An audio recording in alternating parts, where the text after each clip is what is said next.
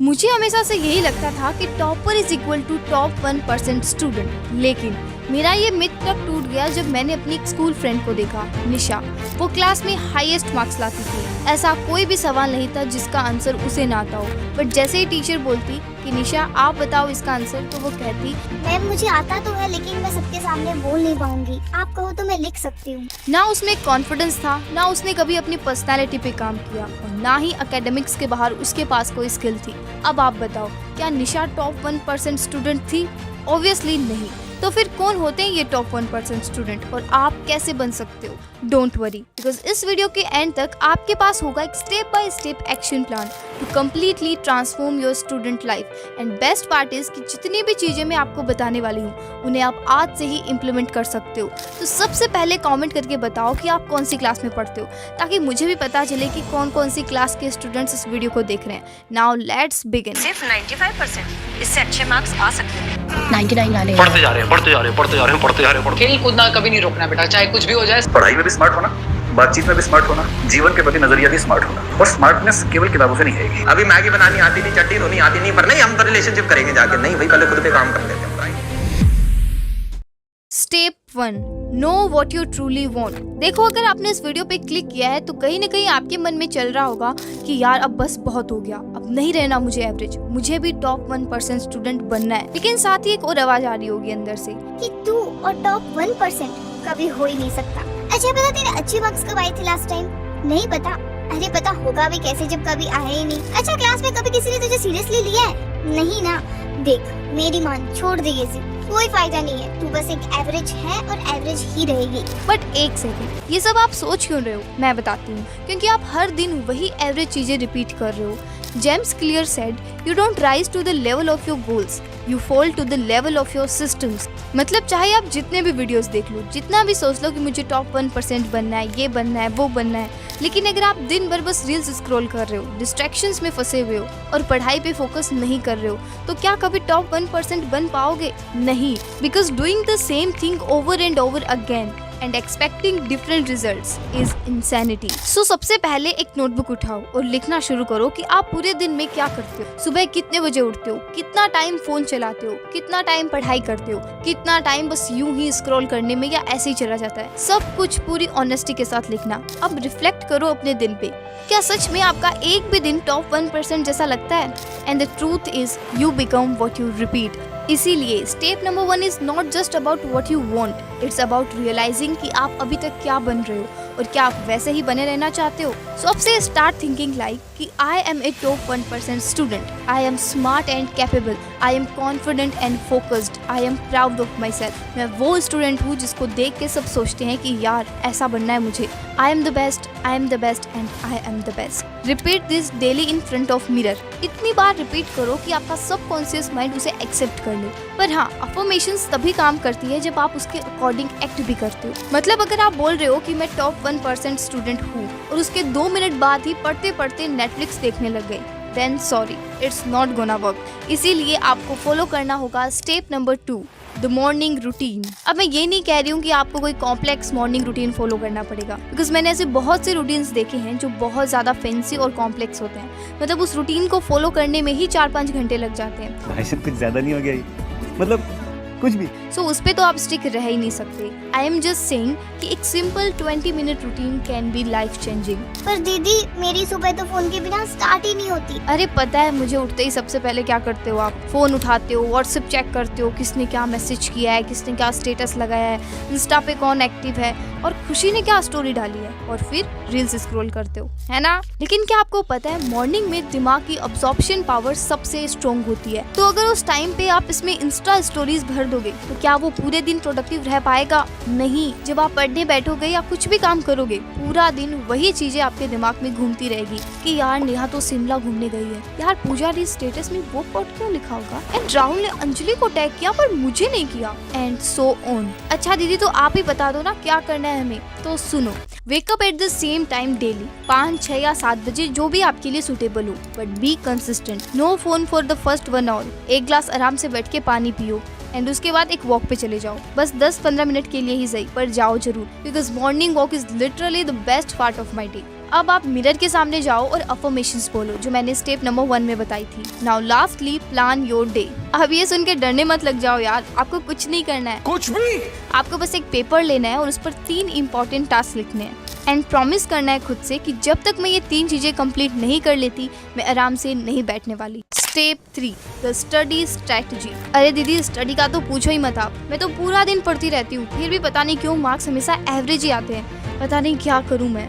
अरे रुको मैं बताती हूँ। बिकॉज जो टॉप 1% स्टूडेंट होते हैं ना वो हार्ड नहीं बल्कि स्मार्ट स्टडी करते हैं। वो कुछ ऐसे स्टडी हैक्स यूज करते हैं जो उन्हें कम पढ़ के भी ज्यादा मार्क्स दिलाते हैं। Number 1 80-20 rule. टॉप 1% स्टूडेंट्स को ये पता होता है कि एग्जाम के 80% क्वेश्चन सिलेबस के सिर्फ 20% टॉपिक से आते हैं, तो वो पूरा सिलेबस पढ़ने के बजाय उन्हीं टॉपिक्स को मास्टर करते हैं जो बार बार एग्जाम में रिपीट होते हैं। Number 2 daily goals. वो लोग रैंडमली नहीं पढ़ते, सुबह उठ के डिसाइड करते हैं कि आज साइंस का चैप्टर नंबर 4 कंप्लीट करना है और हिस्ट्री का फ्रेंच रिवॉल्यूशन पूरा रिवाइज करना है। Number 3 commit to one source. कुछ स्टूडेंट्स जब पढ़ते हैं तो वो सोचते हैं कि चलो साइंस का ये टॉपिक ना एक बार यूट्यूब से देख लेती हूँ, अरे इस वीडियो पे कितने सारे व्यूज है यार, एक बार ये देख लेती हूँ, नेहा के कोचिंग नोट्स इजी होंगे शायद, वो भी पढ़ लेती हूँ एक बार। बट टॉप 1% स्टूडेंट्स ऐसा नहीं करते, वो एक ट्रस्टेड सोर्स पिक करते हैं और उसे बार बार रिवाइज करके मास्टर करते हैं। As Bruce Lee said, I fear not the man who practiced 10,000 kicks once, but I fear the man who has practiced one kick 10,000 times. Number 4,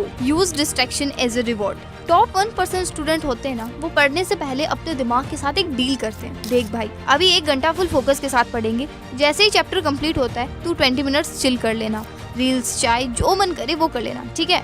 now देखो मैं यहाँ डिटेल में नहीं जाऊंगी क्योंकि मैं ऑलरेडी एक फुल वीडियो बना चुकी हूँ on how to study more in less time, तो उसका लिंक मैं डिस्क्रिप्शन में दे दूंगी, जरूर से देखना इसके बाद। एंड आई प्रॉमिस कि ये आपकी बहुत हेल्प करने वाला है। अब चाहे आप कितना भी प्लान बना लो, लेकिन अगर आप डिस्ट्रैक्टेड हो नो मैटर फोन से या अपोजिट जेंडर से, तो आपको फॉलो करना है step 4 and distractions. Choose your friends wisely. क्या दीदी फ्रेंड्स तो सभी अच्छे ही होते हैं ना? नहीं बिल्कुल नहीं। किसने बोला आपसे ऐसा? अभी कुछ टाइम पहले हम सारे स्कूल फ्रेंड्स काफी टाइम बाद एक साथ मिले एंड वहाँ मैं अपनी एक दोस्त से मिली जिसने काफी प्रेस्टिजियस कॉलेज से पढ़ाई करी है एंड स्कूल के टाइम पे she was one of my closest friends, एक real honest and hard working girl. But जब मैं उससे अभी मिली तो मुझे खुद पे भरोसा ही नहीं हुआ। मतलब थोड़ी bad language, addicted to social media and soft culture and मतलब वो बिल्कुल ही बदल चुकी थी। तो मैंने उससे पूछा कि यार मैंने सुना है कि आजकल तू बहुत गाली बोलने लग गई है, ये सब क्यों कर रही है तू, क्या ये कूलनेस का साइन है? देन शी सेड कि नहीं ऐसा कुछ नहीं है, बस मेरे कॉलेज फ्रेंड्स ऐसा ही बोलते हैं तो धीरे धीरे मुझे भी आदत लग गई। एंड पता है आगे उसने क्या कहा? बड़े शान से उसने कहा कि यहाँ तो मैं बोल ही कहाँ रही हूँ, वरना मैं तो। एंड आई वाज लाइक तब मुझे एक्चुअल में इस कोट का मतलब समझ आया कि show me your 5 friends and I will show you your future. अब आप खुद से पूछो मेरे फ्रेंड्स का माइंडसेट कैसा है, उनके गोल्स क्या है या गोल्स है भी या नहीं, क्या वो अच्छी हैबिट्स फॉलो करते हैं या बुरी आदतों में फंसे हुए हैं। Now be honest with yourself कि क्या मैं ऐसे दोस्तों के बीच में रहकर कभी टॉप 1% स्टूडेंट बन सकती हूँ? अगर हाँ तो very good, protect that circle. अगर नहीं तो सॉरी बट जितना जल्दी हो सके दूर हो जाओ उनसे। मैं प्राउडली बोल सकती हूँ कि जब मैं स्कूल में थी मेरे फ्रेंड्स बहुत मेहनती थे, कभी किसी बैड हैबिट में नहीं फंसते थे। अब ऐसा नहीं है कि वो बोरिंग थे, मस्ती नहीं करते थे, अरे बहुत मस्ती करते थे हम लोग, बट उनके गोल्स वो छोटे नहीं थे। वो हमेशा यही कहते थे कि यार कुछ अच्छा करना है लाइफ में। लेकिन अगर मेरे फ्रेंड्स ऐसे होते कि यार छोड़ चल रील्स देखते हैं, यार अगर तू माइक पे बोलेगी तो सब हंसेंगे, मत बोल, क्या जरूरत है बोलने की, तो शायद आपको ये अम्बिजो नहीं मिल पाती। सोशल मीडिया मतलब लिटरली हर स्टूडेंट या तो रील्स बना रहा है या देख रहा है। अब 10-15 मिनट के लिए नहीं, घंटों घंटों तक ना। अगर रील्स बना के आप अर्निंग कर रहे हो तो फिर भी ठीक है, बट अगर आपका मोटिव सिर्फ शो ऑफ करना है, अपने फ्रेंड सर्कल में कूल बनना है, देन इट्स नॉट ओके। मैं हैरान हो जाती हूँ जब मैं 14-15 साल की बच्चियों को देखती हूँ, filters, over acting, Instagram viral dance and so on, और मैं सोचती हूँ कि क्या हो गया यार इन सबको। फिर मुझे रियलाइज होता है कि वो वही बन रही है जो वो देख रही है। यहीं से आता है शो ऑफ कल्चर, जिसने ना स्टूडेंट्स की मेंटल पीस को बर्बाद करके रख दिया है। मैं एक बार एक कैफे में गई, वहाँ कुछ लड़कियाँ फोटोज ले रही थी, फूड, कैफे, एवरीथिंग। उसने एक स्नैप डाली और बोला कि जब मेरे स्कूल वाली फ्रेंड्स देखेगी ना तो जरूर बोलेगी कि वाह अकेले अकेले चली गई तू तो। और मैं ये सोच रही थी कि अगर इसको पता है कि वो बोलेगी ऐसा तो पोस्ट डालने का मतलब क्या हुआ। फिर रास्ते में मैंने 2 लड़कियों की बात सुनी, ऐसे मैंने सुनी नहीं थी, मुझे सुनाई दे गई थी। तो क्या नाचो मैं? वो ऐसे मुझसे कुछ बात करी थी कि मैंने तेरा स्नैप देखा था, तूने उसे तो पार्टी दे दी और मुझे बुलाया भी नहीं। बस मुझे मेरा जवाब मिल गया। यहाँ मुझे 2 बातें समझ आई। नंबर 1, जिनको ये जानते हैं एंड जो लोग इतना इन सब जगहों पे नहीं जाते, उन्हें अपनी पोस्ट दिखा के जेलस फील करवाना चाहते हैं कि देखो सब, मैं पार्टीज भी करती हूँ अपने फ्रेंड्स के साथ और तुम। और नंबर 2, जो लोग पोस्ट डालते रहते हैं, उन्हें ये प्रूव करना चाहते हैं कि देख लो, मैं भी किसी से कम नहीं हूँ। एंड थैंक गॉड मैं इस कल्चर से अभी तक बहुत दूर हूँ। अब मैं ये नहीं कह रही हूँ कि कैफे जाना या वहाँ जाके फोटोज लेना या पोस्ट करना गलत है, नहीं। मेरे कहने का मतलब है कि अपने फ्रेंड्स के साथ, अपने भाई बहन के साथ मस्ती करो, टपरी पे जाओ, चाय पियो, 1-2 बार कैफे या रेस्टोरेंट में भी चले जाओ। कोई ज्यादा महंगा खाना ऑर्डर करने की जरूरत नहीं है, पर सिर्फ किसी को दिखाने के लिए या कूल बनने के लिए अगर आप ये सब कर रहे हो तो ये करना सिर्फ अपने पैसे उड़ाना है। खुद को इतना प्रेशराइज करना बंद करो यार। अपोजिट जेंडर, जब स्टूडेंट्स देखते हैं सोशल मीडिया पे अपने फ्रेंड्स को या किसी और को कि उनके BF है, GF है, तो उन्हें लगता है कि ये सब तो होना ही चाहिए वरना मैं कूल नहीं दिखूंगी यार। एंड यस, इस एज में हार्मोन्स भी एक्टिव होते हैं, लेकिन मुझे पर्सनली ऐसा लगता है कि ये प्रॉब्लम्स हार्मोन से ज्यादा इन्फ्लुएंस का है। कितने कमेंट्स आते हैं, दीदी मैं उसी के बारे में सोचती रहती हूँ, मेरा तो पढ़ाई में मन नहीं लगता, पता नहीं मैं क्या करूँ, दीदी कुछ तो बताओ। मेरा सिंपल सा जवाब है आप लोगों के लिए कि देखो, इन सब चीजों का भी एक टाइम आएगा लाइफ में। अभी आपका फोकस होना चाहिए अपने गोल्स पे, अपने स्किल्स को बिल्ड करने पे। सोचो एक बार, आपके पेरेंट्स अपनी हर ख्वाहिश साइड में रख के सिर्फ आपके फ्यूचर के लिए स्ट्रगल कर रहे हैं। क्या आपके ये डिस्ट्रैक्शंस उनसे ज्यादा इंपॉर्टेंट है? अगर नहीं, then it's time to let them go। और हाँ, अगर फ्यूचर में कभी आप किसी रिलेशनशिप में जाना चाहते हो ना, तो पहले खुद से ये 3 सवाल पूछना। क्या मेरा करियर स्टेबल हो चुका है? क्या मैं खुद फाइनेंशियली एंड इमोशनली इंडिपेंडेंट हूँ? और क्या मैं इतनी मैच्योर हूँ कि मैं अपनी लाइफ का इतना बड़ा डिसीजन ले सकूँ? अगर इनमें से एक भी सवाल का जवाब नहीं है तो अभी उस रास्ते पे मत जाओ। अपनी एनर्जी को वेस्ट मत करो, उसे एक बेटर डायरेक्शन में लगाओ। लेकिन कहाँ? Step number 5, hobbies and skills. I always say कि अपने दिन के कुछ टाइम को ऐसी हॉबी में इन्वेस्ट करो जो आपको जेन्युइनली एनर्जाइज करे, जिसमें आप कहीं खो जाओ। चाहे वो म्यूजिक हो, ड्राइंग हो, डांसिंग हो, इंस्ट्रूमेंट बजाना हो लाइक गिटार या पियानो, या कुकिंग ही क्यों ना हो। और हाँ, ये अट्रैक्टिव हॉबीज ऑटोमेटिकली ग्रुप में अटेंशन भी देती है। मैं जब स्कूल में थी ना, तो मेरी प्रेयर ग्रुप में हम 2 लड़कियां थोड़ी अलग थी। मेरी एक फ्रेंड पियानो बजाती थी और मैं सिंगिंग करती थी। अब जब भी स्कूल में कुछ परफॉर्म करना होता था तो सब बोलते थे कि उससे बोलो, वो पियानो बजाती है, अरे उससे गाने को बोलो, वो बड़ा अच्छा गाती है। अब ऑब्वियसली सिर्फ अटेंशन के लिए हॉबीज नहीं होती, बट इतना तो सच है कि वो एक एडवांटेज बन जाता है। इवन अगर कोई नोटिस ना भी करे तो क्या, खुद के लिए परस्यू करो, अपनी मेंटल पीस के लिए, स्ट्रेस को रिलीज करने के लिए। अब मेरे लिए वो गिटार सीखना है। एंड ट्रस्ट मी, जब मैं गिटार के साथ गाती हूँ ना, तो मैं कहीं खो ही जाती हूँ। एंड हाँ, कुछ ऐसे स्किल्स भी सीखो जो फ्यूचर में आपको पैसा कमा के दे सके, जैसे video editing, graphic designing, coding, marketing, content creation. And really in skills ने मुझे बहुत हेल्प की है इस चैनल में। आप जब कोई ऐसी स्किल सीख लो, then also experiment with a side hustle, बिना अपनी स्टडीज को अफेक्ट किए। अगर आप साइड हसल के बारे में डिटेल में जानना चाहते हो तो इस वीडियो के बाद ये वाली वीडियो जरूर देख। Step 6, play sports. जब भी मैं बाहर जाती हूँ ना, तो लड़कियां तो वहाँ दिखती है, बट मोस्टली फोन चलाते हुए या बातें करते हुए, पर खेलते हुए बहुत रेयरली। लड़के फिर भी दिख जाते हैं क्रिकेट या फुटबॉल खेलते हुए। मेरे मन में एक ही सवाल आता है कि कहाँ हो यार आप सब, क्यों नहीं खेलते हो? प्लीज खेलो ना। मैं तो हमेशा कहती हूँ एक स्पोर्ट्स चूज करो, कुछ भी, बैडमिंटन, क्रिकेट, रनिंग, जो भी आपको पसंद हो खेलो यार। पर दीदी कैसे, मेरे भाई बहन तो मेरे साथ खेलते ही नहीं है, तो मैं कैसे खेलूं?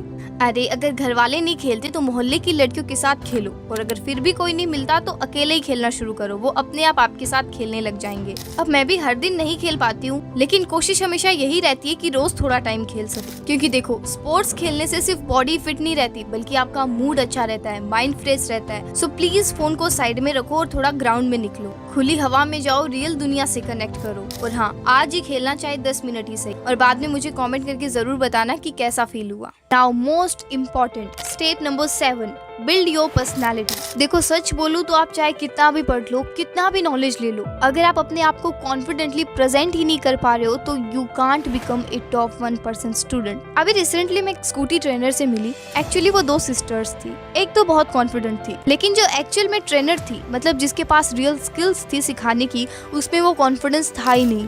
नो डाउट अपने काम में वो बहुत अच्छी थी, बट उसको अपने आप को प्रेजेंट करना ही नहीं आता था। तब मुझे रियलाइज हुआ कि स्किल्स इंपॉर्टेंट है, बट उससे भी ज़्यादा इंपॉर्टेंट है उस स्किल को कॉन्फिडेंटली प्रेजेंट करना। सो अगर आपको लगता है कि आप थोड़ा अंडर कॉन्फिडेंट फील करते हो, तो रोज सिर्फ 2 मिनट का वीडियो रिकॉर्ड करो, किसी भी टॉपिक पे, कुछ भी जो मन करे। अगर थोड़ा और नेक्स्ट लेवल जाना है तो अपना यूट्यूब चैनल बनाओ, जो भी चीज़ आप सीख रहे हो उस पर शॉर्ट वीडियोस बनाओ। इनिशियली चाहे प्राइवेट रखो, कोई दिक्कत नहीं है, बट अगर आपने 6 महीने तक रेगुलरली इसे किया तो आपकी कम्युनिकेशन, आपका कॉन्फिडेंस सब नेक्स्ट लेवल पे होगा। अब बात करते हैं प्रेजेंटेशन की। अब मैं ये बिल्कुल नहीं कह रही हूँ कि आपको महंगे महंगे कपड़े पहनने पड़ेंगे या हैवी मेकअप करना पड़ेगा, नॉट एट ऑल, बट आपको ये आना चाहिए कि खुद को कैसे प्रेजेंट किया जाता है, अपनी ड्रेसिंग सेंस को कैसे डेवलप करना है, कैसे अपनी स्टाइल को फाइंड आउट करना है। मैं सोच रही थी कि इस टॉपिक पे भी एक डेडिकेटेड वीडियो लेके आऊँ, तो अगर आप चाहते हो कि इस टॉपिक पे भी एक वीडियो होनी चाहिए तो कमेंट में यस लिख देना। लेकिन अभी के लिए अगर आप अपनी कम्युनिकेशन स्किल्स को नेक्स्ट लेवल पे ले जाना चाहते हो तो अभी स्क्रीन पे क्लिक करो और ये वीडियो देखो। बाय।